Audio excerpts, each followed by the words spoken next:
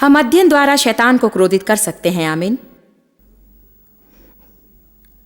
मैं चाहती हूं कि आप पहला पत्रस अध्याय 1 पद 15 देखें। पहला पत्रस अध्याय 1 वचन 15।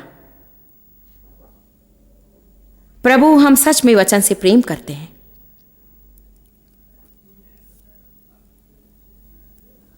पहला पत्रस 1:15 कहता है, जैसे तुम्हारा बुलाने वाला पवित्र है, वैसे ही तुम भी अपने सारे चाल चलन में पवित्र बनो और जीवन के तरीके में। बाइबल कहती कि हमें पवित्र जीवन जीना है। पवित्र जीवन। हां, मैं सोचती हूं कि यदि परमेश्वर हमें कुछ करने की योग्यता न दे तो वो उसे करने के लिए भी नहीं कहेगा। जब तक वो हमें सही ना बनाए तब तक हमसे सही काम करने की अपेक्षा नहीं करता। जब हम नया जन्म पाते हैं तो प्रभु का बीज यीशु मसीह पवित्र आत्मा के द्वारा हमारे अंदर वास करने आता है, और यदि आप ऐसा करते हैं तो परमेश्वर के पास की हर बात को आप धारण कर लेंगे। भलाई का एक बीज होता है, प्रेम का एक बीज है, पवित्रता का एक बीज हमारे अंदर होता है। अब बाकी भी संभानी हमें से पानी देना है। यह मेरे लिए दिलचस्प है कि बाइबल में बताती है कि हमें उन बातों को वचन का पानी देना है। हमें घास को अपने जीवन से बाहर रखना है ताकि बीज बढ़ सके। हमें निरंतर उन्नति करते चले जाना है। परमेश्वर की आंखों में सिद्ध दिखना है क्योंकि उसने हमें मसीह में सिद्ध किया है, परंतु हम उस निशानी की ओर हर समय आगे बढ़े। प्रेरित पौलुस ने कहा, मैं सिद्धता की निशानी की ओर आगे बढ़ता जाता हूं। जो पीछे रह गया उसे जाने देकर आगे की अच्छी बातों की ओर बढ़ता हूं। मैं आपसे ये नहीं पूछती कि क्या आप पहुंच चुके हैं, हम में से कोई नहीं पहुंचा है, परंतु मैं आपसे पूछती हूं, यदि आप आगे बढ़ते हैं आपके सारे हृदय से, आपके सारे प्राण से, आपके सारे मन से, आपके सारे बल से, तो जो परमेश्वर चाहता है कि आप बन जाए, आप उसकी ओर बढ़ रहे हैं। मैं नहीं सोचती कि हमें बस यही कोशिश करना है कि जो परमेश्वर हमें देना चाहता है उसकी ओर हम बढ़ें। मैं सोचती हूं कि हम परमेश्वर जैसा चाहता है उस व्यक्तित्व की ओर बढ़ते जाएं। पहले परमेश्वर के राज्य और धार्मिकता की खोज करो तो ये सारी बातें तुम्हें जोड़ दी जाएंगी। पवित्रता कोई विषय नहीं है जिसके विषय लोग पहले से उत्साहित हो जाएं। जब हम पवित्रता के विषय में बातें करते हैं तो मानो ऐसा विचार आता है, हाँ, यदि मैं पवित्र जीवन जीऊंगी तो शायद मैं कभी ऐसे काम नहीं करूंगी जिसमें आनंद हो। मुझे इसे छोड़ना है, इसे छोड़ना है, उसे छोड़ना है, उसे छोड़ना है। परंतु आप देखिए, वो तो शैतान का एक झूठ है, क्योंकि आप पवित्र जीवन जी सकते हैं और अच्छा समय भी बिता सकते हैं। ये सब चुनाव के विषय में है। यीशु ने कहा, चोर चोरी करने, घात करने और नाश करने के लिए आता है, परंतु मैं इसलिए आया कि तुम जीवन जियो और जीवन का आनंद लो और भरपूरी से लो, उसके उमड़ने तक लो। पवित्र जीवन जीने का अर्थ नहीं कि प्रार्थना सभा में ही जीवन जिए। पवित्र जीवन जीने का अर्थ नहीं कि आप हर समय वचन को छोड़कर और कुछ भी ना कहें। हम संसार में हैं और हम इतने अधिक आत्मिक नहीं होना चाहते कि हम इस पृथ्वी पर किसी के लिए भी भले ना हो। हमें संसार में रहना है पर उसका नहीं होना है। अधिकांश मसीही ऐसे जीते हैं मानो वे इसमें नहीं परंतु फिर भी उसके हैं। वे ऐसे काम करते मानो वे उठते हैं और सारा दिन महिमा के बादल में तैरते और हालेलुया कोरस गाते हैं और उन्हें उनके आत्मिक सम्मान और उनकी सामग्री मिल चुकी है, परंतु यदि हम सच में उसे देखें तो उन्हें उनकी वस्तुएं नहीं मिली हैं। आपसे एक कहानी कहती हूं जिसके विषय में विश्वास करती हूं कि वो सच में अच्छा उदाहरण है। हमें संसार में रहना है परंतु संसार का नहीं होना है। यह उदाहरण तो पनडुब्बी को देखने के द्वारा है। पनडुब्बी पानी में होती है परंतु पानी की नहीं। यदि वो जमीन पर हो तो वो पानी से बाहर है तो उसका कोई उद्देश्य नहीं, वो अपना काम नहीं कर रही है। देखिए, यदि हम कलीसिया में रहें तो हम हमारे उद्देश्य को पूरा नहीं कर रहे। नहीं, हमें संसार में जाना है। यदि मैं कुछ भी ना करूं परंतु मेरे मित्रों के साथ ही रहूं या चार करीबी मसीह मित्रों के साथ रहूं और हम बस प्रार्थना करें और बाइबल स्टडीज में जाएं और एक दूसरे के सामने हर समय वचन कहते रहें, तो हम हमारा उद्देश्य पूरा नहीं कर रहे। ये शायद मुझे खुश रखे परंतु मैं किसी की मदद नहीं कर रही हूं। तो जब परमेश्वर कहता है कि हमें एक अलग किया गया जीवन जीना है तो हमें उसे समझ लेना चाहिए। इसका ये अर्थ नहीं कि जो मसीह नहीं उन्हें हम अनदेखा करें। यीशु वेश्याओं के साथ भोजन करता है, चुंगी लेने वालों के साथ में, पापियों के साथ भोजन करता था, परंतु उसने हमेशा निश्चित किया कि वो उन पर प्रभाव डाल रहा है और वे उस पर प्रभाव नहीं डाल रहे हैं।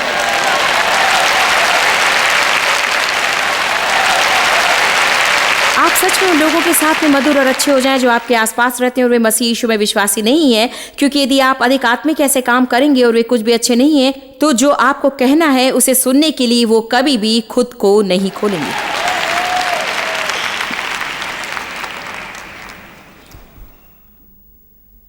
पनडुब्बी यदि वो जमीन पर रहे तो उसका कोई उद्देश्य नहीं और वो अपना उद्देश्य पूरा नहीं कर रही, परंतु जब वो पानी में रहती है तो जरूरी है कि वो पानी रोधक हो और पानी से दूर ना हो। समझ गए? यदि कभी पानी पनडुब्बी में चला जाए तो फिर अलार्म और आकस्मिकता के लिए कारण होता है। हमें संसार से सुरक्षित रहना है, परंतु संसार से दूर नहीं रहना है। बहुत से लोगों को मदद की बहुत आवश्यकता है। ऐसे बहुत से लोग हैं जो कलीसिया में गए थे और उन्होंने सच में बुरा अनुभव पाया और वे सोचते कि उन्होंने कलीसिया को देखा, इसलिए उन्होंने परमेश्वर को देखा है। और वे तो ऐसे स्थान पर थे जो सच में परमेश्वर को प्रकट नहीं कर रही थी और इसलिए अब उन्होंने बुरी मनोदशा रखी है, न केवल कलीसिया के लिए और न केवल परमेश्वर के प्रति, परंतु उन हरेक के प्रति भी जो खुद को मसीह कहते हैं, और वे न्यायात्मक दोष लगाने वाली मनोदशा रखते हैं। और उसे केवल एक ही बात बदल सकती है और वो ये है कि हम निरंतर उनके साथ ऐसा व्यवहार करें जो उनके लिए बहुत ही ज्यादा आकर्षक हो। आप लोगों को इसलिए नीचा ना देखें क्योंकि जो कुछ भी वे करते हैं और यदि वो आपके मसीही चौकोन में नहीं बैठता। यह अद्भुत है कि हम कितनी जल्दी लोगों को दूर करते हैं। हम जल्दी ही उन पर दोष लगाते हैं। यदि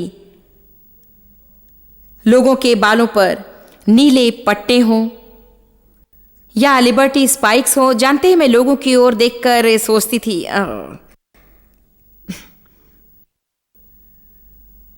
तुम बस उन बागी जवानों में से एक हो। हाँ, आप जानते हैं मैंने कुछ बातों की खोज की और मैंने पाया कि कुछ लोग कुछ विशेष कपड़े इसलिए पहनते हैं क्योंकि वे उसे पसंद करते हैं।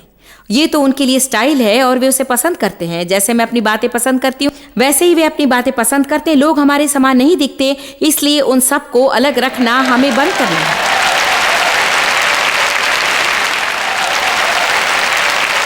जानते हैं हमें क्या करना चाहिए? हमें लोगों को हमारी चौकोर में शामिल करना चाहिए, क्योंकि हम में से बहुत से लोग विशेष हो गए हैं। हमें उन लोगों के साथ मिलकर रहना है जो बस हमारे समान है।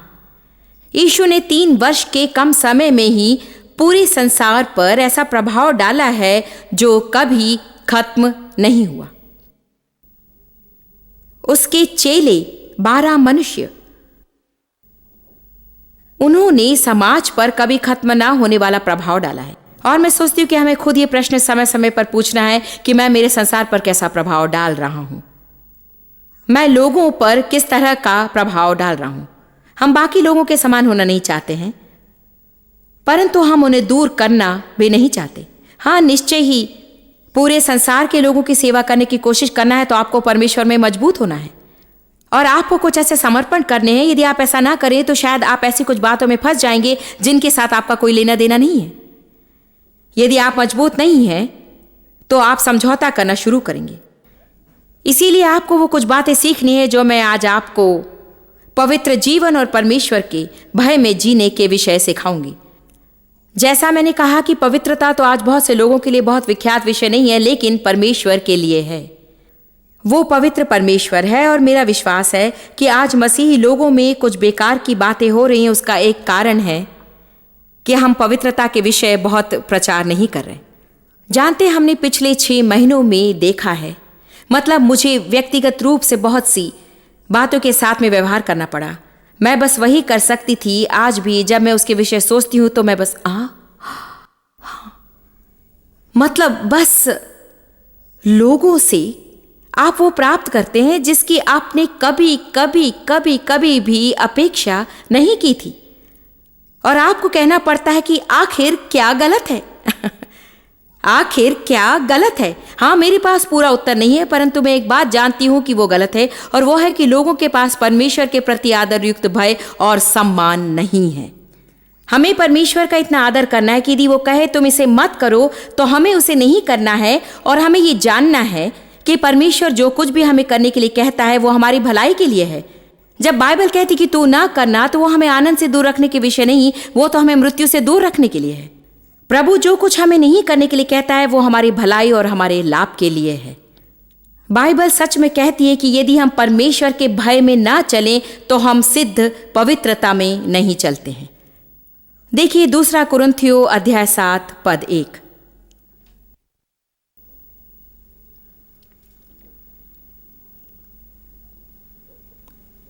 दूसरा कुरिन्थियों अध्याय 7 वचन 1।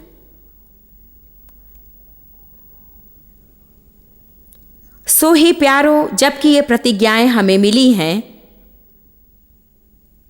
तो आओ हम अपने आप को शरीर और आत्मा की सब मलिनता से शुद्ध करें और परमेश्वर का आदर युक्त भय रखते हुए पवित्रता को सिद्ध करें।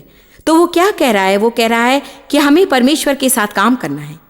प्रियो, तो आओ हम अपने आप को उन बातों से शुद्ध कर लें जो सही नहीं है, और आओ हम सिद्धता के और पवित्र जीवन के परिणाम प्राप्त करने के लिए काम करें, और आओ हम इसे परमेश्वर के भय में करें। ये मुझे बताता है यदि मैं परमेश्वर के लिए सही आदरयुक्त भय नहीं रखती हूं तो पवित्र जीवन जीने के लिए मैं परमेश्वर के साथ काम नहीं कर सकती। कितने लोग समझ गए मेरा मतलब क्या है? मैं परमेश्वर से डरने के विषय नहीं कह रही हूं। मैं ये नहीं कह रही हूं कि वो आपको चोट पहुंचाएगा इसलिए आप डरते हैं। यदि आप गलती करेंगे तो वो आपसे प्रेम नहीं करेगा, परंतु मैं ये कह रही हूं जानना कि परमेश्वर भला है, वो व्यवहार जानता है।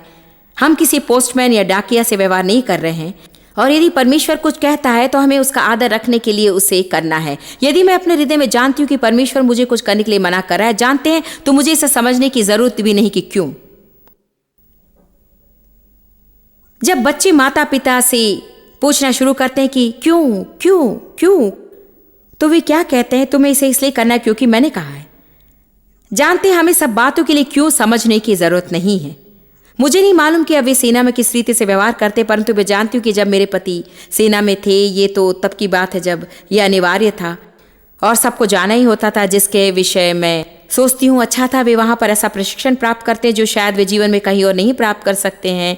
आज्ञाकारिता में प्रशिक्षण, ऐसा प्रशिक्षण जिसमें अधिकारियों ने जो कहा उसे तुरंत करना। अधिकारियों के लिए कुछ आदर रहता था, और आज बहुत से लोग बढ़ चुके हैं और उनके पास उसमें से कुछ भी नहीं। वे अपने माता पिता का, बॉस का, अपनी सरकार का, कलीसिया का, उनके अधिकारी गणों का किसी का आदर नहीं करते, और ये हमारे समाज को खत्म कर रहा है। कोई नहीं चाहता कि कोई उन्हें ये बताए कि उन्हें क्या करना है, और हर कोई सोचता है कि उन्हें सब कुछ मालूम है, और फिर भी बहुत से लोग कुछ भी नहीं जानते। ये हमें आदर न करने की मनोदशा देता है, परंतु डेव ने मुझे बताया था कि वे उनसे कौन से मूर्खता के काम करवाते हैं, ऐसे काम और ऐसी बातें जो उन्हें क्रोधित करती हैं, और ऐसी बातें जिनका कोई अर्थ नहीं होता। और मैं उनसे कहती थी कि वे लोगों को ऐसे काम क्यों करवाते। उन्होंने कहा ये सब तो आज्ञाकारिता में प्रशिक्षण के लिए करते, ताकि लोग ऐसी जगह पर पहुंच जाएं कि जब वे युद्ध में जाते हैं, यदि उन्हें युद्ध में जाना पड़ता है और यदि कोई उन्हें आज्ञा दे तो उनके पास समय नहीं होता कि देखें क्यों और उसके विषय में बहस करें, क्योंकि यदि वे उसे उसी वक्त ना माने तो केवल वो ही नहीं परंतु साथ में सैकड़ों लोग भी मारे जाएंगे। और देखिए परमेश्वर हमें प्रशिक्षण देना चाहता है कि हमें उसके लिए काफी आदरयुक्त सम्मान रखना है कि यदि वो अपने वचन में कहता है कि उसे मत करना, तो हमें उससे जानने की जरूरत भी नहीं कि क्यों जानना मेरा काम नहीं है। परमेश्वर मुझे जो करने के लिए कहता है वो करना मेरा काम है।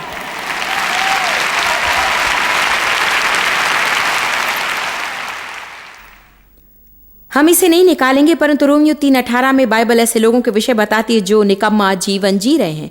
वे उस तरह से इसलिए जीते हैं क्योंकि उनके पास परमेश्वर के लिए आदरयुक्त भय नहीं है। नीति वचन 1:7 कहता है परमेश्वर के आदरयुक्त और आराधना से भरा हुआ भय रखना सारे ज्ञान का आरंभ है। जब तक कि हम परमेश्वर के आदरयुक्त और आराधना से भरा हुआ भय न रखेंगे तो हम सच में कुछ भी नहीं जानते।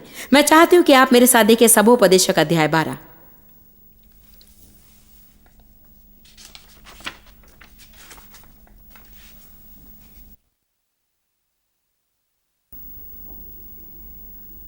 सबोपदेशक 12 पद 13 और 14।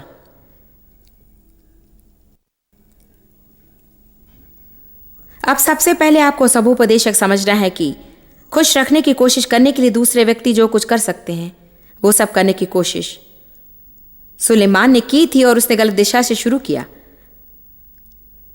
उसने आरंभ अच्छा किया था। जब प्रभु ने उसे पूछा कि उसे क्या चाहिए, उसने कहा मुझे बुद्धि दे।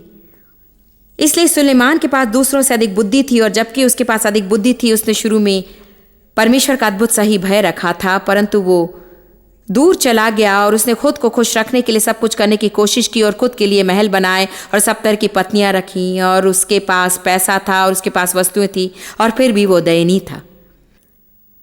और सच में सभोपदेशक पढ़ना तो अच्छा है, क्योंकि आप देखिए जिन बहुत सी बातों को करने के लिए हम अपना समय बिताते हैं वो तो व्यर्थ है और हमें कहीं नहीं ले जाते हैं। इसलिए वो किताब के अंत में आता है, आखिर के 2 वचन बचे हैं और वो कहता है सब कुछ सुना गया। अंत की बात यह है कि परमेश्वर का भय मान, आदर और आराधना कर, ये जानते हुए कि वो है, और उसकी आज्ञाओं का पालन कर, क्योंकि मनुष्य की सृष्टि का संपूर्ण और असली उद्देश्य यही है। हमारी सृष्टि का यही उद्देश्य था कि हम परमेश्वर की आज्ञा माने और उसे महिमा दें। परमेश्वर की दूरदृष्टि का भाग सारे चरित्र की जड़, चरित्र का निर्माण कैसे होता है। परमेश्वर जो हमें करने के लिए कहता है उसे विशेषकर जब वो अच्छा महसूस नहीं होता है तब उसे करना।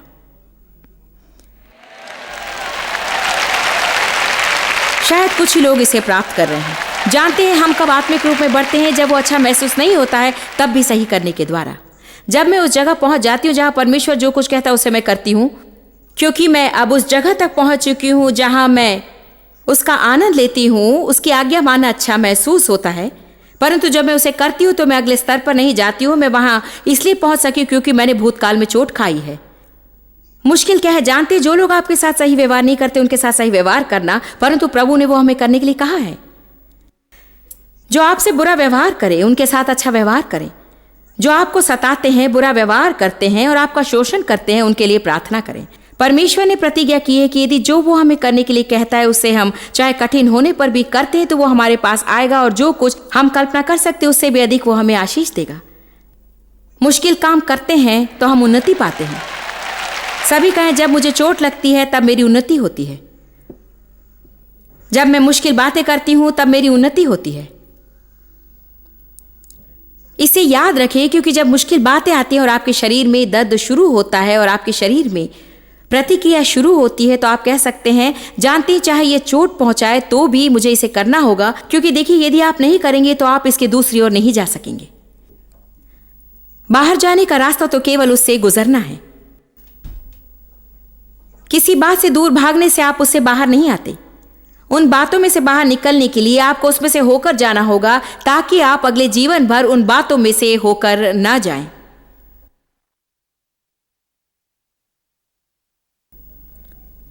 वो कहता ये सब चरित्र की जड़ है। परमेश्वर की आज्ञा माने, क्योंकि हमारे पास उसके लिए सही भय है, वही तो सब चरित्र की जड़ है और सारी खुशी की नींव है। और जीवन में सब प्रकार की परिस्थितियों में बदलाव लाना है। जानते इसका अर्थ क्या है? जैसे हम उसका भय मानते हैं और उसकी आज्ञाएं मानते हैं तो हमारे जीवन की हर एक गलत बात सही हो जाएंगी और उनमें बदलाव अवश्य लाए जाएंगे। यदि आप परमेश्वर की आज्ञा मानना शुरू कर दें तो आपके जीवन में सब कुछ ठीक हो जाएगा। और यह अद्भुत है। मैं इस समस्या को कैसे दूर करूं? परमेश्वर की आज्ञा माने। मैं इस समस्या को कैसे दूर करूं? प्रभु की आज्ञा माने। मेरे धन के विषय में क्या? प्रभु की आज्ञा माने। जैसे वो कहता है वैसे दशमांश दें और भेंट लेकर आएं, और जिन वस्तुओं को आपको खरीदना नहीं चाहिए उन्हें आप ना खरीदें। खुद को अनुशासित करें, जो वो करने के लिए कहता है करें और आपका जीवन अच्छा होगा। सारी विपरीत परिस्थिति और सूरज के नीचे की हर परिस्थिति में बदलाव लाएं, क्योंकि हर मनुष्य का संपूर्ण कर्तव्य यही है। अब देखिए वचन 14, क्योंकि परमेश्वर सब कामों और सब गुप्त बातों का, चाहे वे भली हो या बुरी हो, न्याय करेगा। मैं सोचती हूँ कि कलीसिया में हम एक ऐसे समय में आए हैं, सच में मैं विश्वास करती हूँ कि अब हम प्रकट होने के समय में हैं। क्या कोई इतना दयालु हो गया कि देखे कि शायद ये कुछ स्थानों पर थोड़ा देख लें? मेरा विश्वास है कि हम ऐसे समय में हैं जहां परमेश्वर व्यवहार कर रहा है। मेरा विश्वास है कि 9/11 हमारे देश के लिए चेतावनी थी। ओ, जब वो 2 टावर गिरा दिए गए तो कितनी जल्दी परमेश्वर से प्रेम करने लगी। मतलब जहां कहीं आप गए तो आपने ये चिन्ह देखे। परमेश्वर अमेरिका को आशीष दे। हमें उन चिन्हों को बदलना है और उन्हें ये कहना है कि अमेरिका परमेश्वर को धन्य कहे।